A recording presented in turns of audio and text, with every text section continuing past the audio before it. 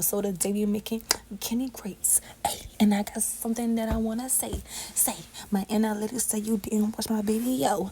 Oh, so I just really wanna know, is you cool? Is you cool? Tell me, is you cool? Oh, is you cool? Is you cool?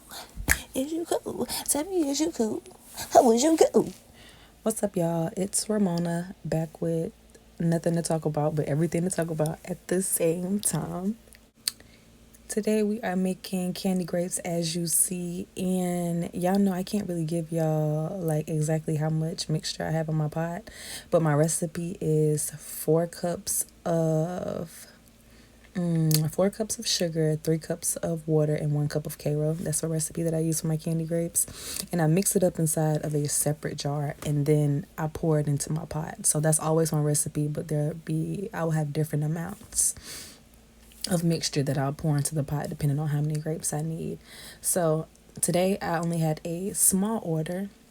So a small order of grapes for me is 15 to 20 grapes depending on the size.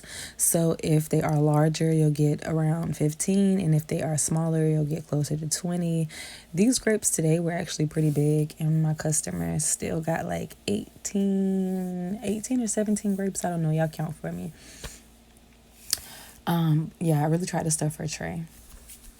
The first 2 grapes I dipped were tester grapes, and a good way to test your grapes is to dip them in cold water, ice cold water when they first come out, but I couldn't do that because I didn't have any ice cold water, so I just dipped them, let them sit for a minute, then I stuck them in the freezer, and when I took them out, y'all saw I cleaned them together, and they sounded like they were, hard. I could tell they were good. I tried one, and yeah, those are just different ways that you can test.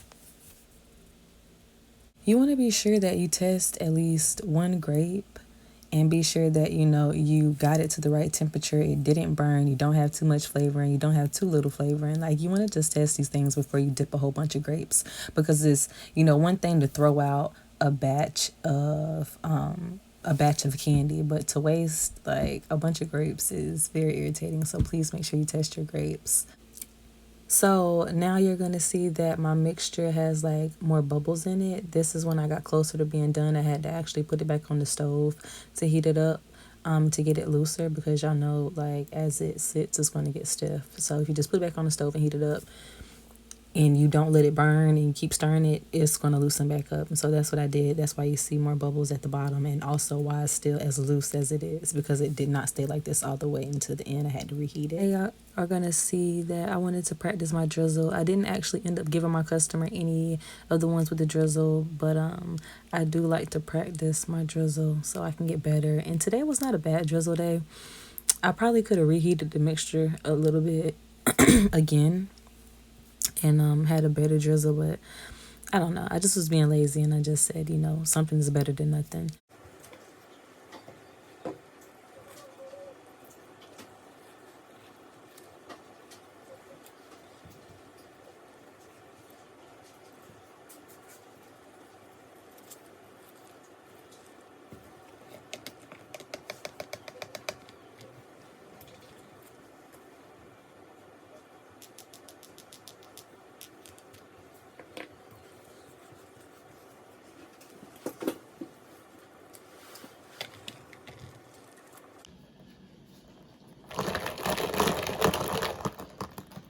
Now what y'all are going to see is me doing the steam method on my grapes. Steam method is pretty much where you go ahead and allow your grapes to cool, then you put them over some hot water.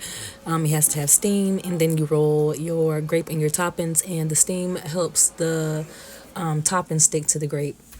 So this is good if you've, tried to roll your toppings directly after you've dipped it in. Maybe your toppings have clumped up on you and you haven't been able to use them. Try the steam method, and I think it'll work a little bit better for you. Normally, the steam method works really good for me. Today, a few things I messed up on that kind of, made my toppings look not as great is I kept holding the toppings too close to the steam. So that was making my toppings clump up. I should have held it further away from the steam. And then also, I did not chop my Jolly Ranchers up as finely as what I normally chop them up. And also, I believe the blender was still a little bit wet. And it added moisture to my toppings. So that's why they don't look the best, but they still didn't turn out, horrible. Honestly, I think they're still pretty cute. So anywho, this is me. I'm going ahead and packaging her order. Sometimes I do put the little cupcake liners in there, baking cup liners in there, just to help separate things. Normally I do it in the bigger trays, not so much the smaller trays, but I chose to do it today just because, I don't know. I just be doing stuff sometimes. So I don't know what made me do that, because honestly the toppings are gonna, like, you're not going to keep the toppings from touching the other stuff, so it's going to get on them at least a little bit. So I mean, I don't know why I did that. I could have not did that. I could have not did that, but anyway, I did it and it was cute and it fit. So yeah. All right, this next topping is a topping called Sour Power. And the customer only requested Jolly Ranchers, but her order came a little bit later at night. I didn't have time to go to the store and freeze Jolly Ranchers, and I didn't have that many Jolly Ranchers. So I told her, hey, I don't have that many Jolly Ranchers. I still can, give you some Jolly Rancher toppings. Would you like a secondary topping? And so that's what we agreed on, the Sour Power. So that's what that mixture is that you see. It's a mixture of citric acid and sugar.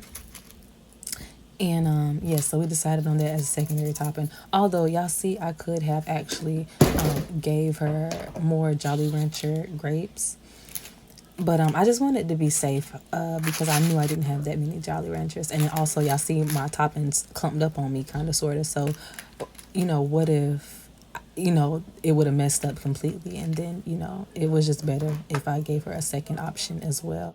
Anyways, this is me packaging her order. I think it came out really cute. What y'all think? Yeah, that's cute. Stop playing with me. If you gonna play with somebody, it ain't gonna be me. Yeah.